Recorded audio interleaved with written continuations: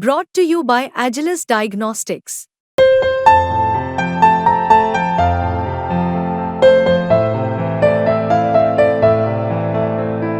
Agilus Diagnostics. जब भी घर के बड़े कहते हैं सेविंग्स करनी चाहिए तो आपके मन में सबसे पहले क्या आता है?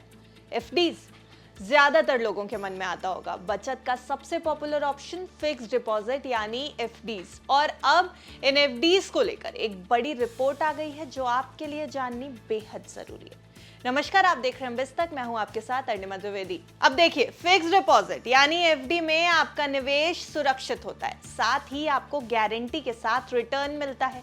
इसलिए ज्यादातर लोगों के लिए निवेश का एक अट्रैक्टिव ऑप्शन एफडीज होती है।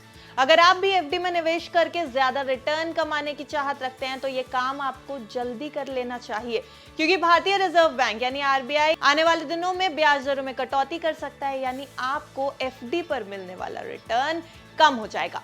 ये बात हम आपको क्रेडिट रेटिंग एजेंसी क्रिसिल के हवाले से बता रहे हैं। क्रिसिल ने अपनी एक रिपोर्ट में कहा है कि आरबीआई अक्टूबर के आसपास ब्याज दरें कम करना शुरू कर सकता है, बशर्ते कि मौसम की स्थिति और इंटरनेशनल कमोडिटी की कीमतों जैसे एक्सटर्नल फैक्टर्स से कोई दिक्कत ना हो। क्रेडिट रेटिंग एजेंसी ने आगे अनुमान लगाया कि उसे चालू वित्तीय वर्ष में 2 बार दरों में कटौती की उम्मीद है।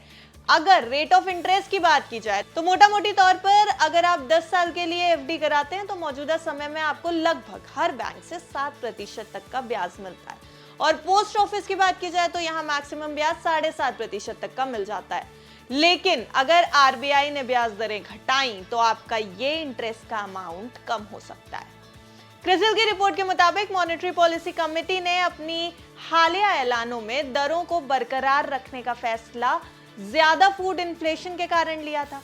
जलवायु परिस्थितियों के कारण भी यह फैसला लिया गया था, जैसे वेदर इवेंट बार बार बदल रहा है और उन पर निगरानी रखने की जरूरत भी है।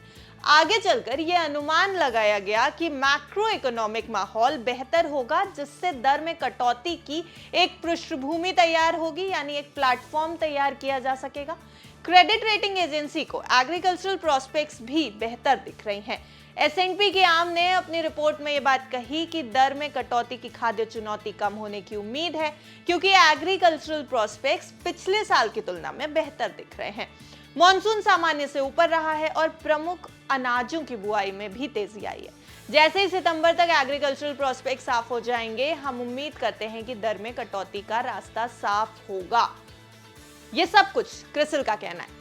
तो अगर आपको एफडी में निवेश करके अपने भविष्य के लिए अच्छा रिटर्न कमाना है तो ये फैसला सोच विचार कर थोड़ा जल्दी ले लें।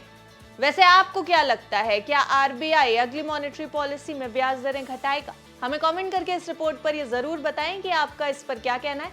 आपको ये रिपोर्ट कैसी लगी, इसको लेकर के भी कमेंट जरूर करें और देखते रहें बिस्तक।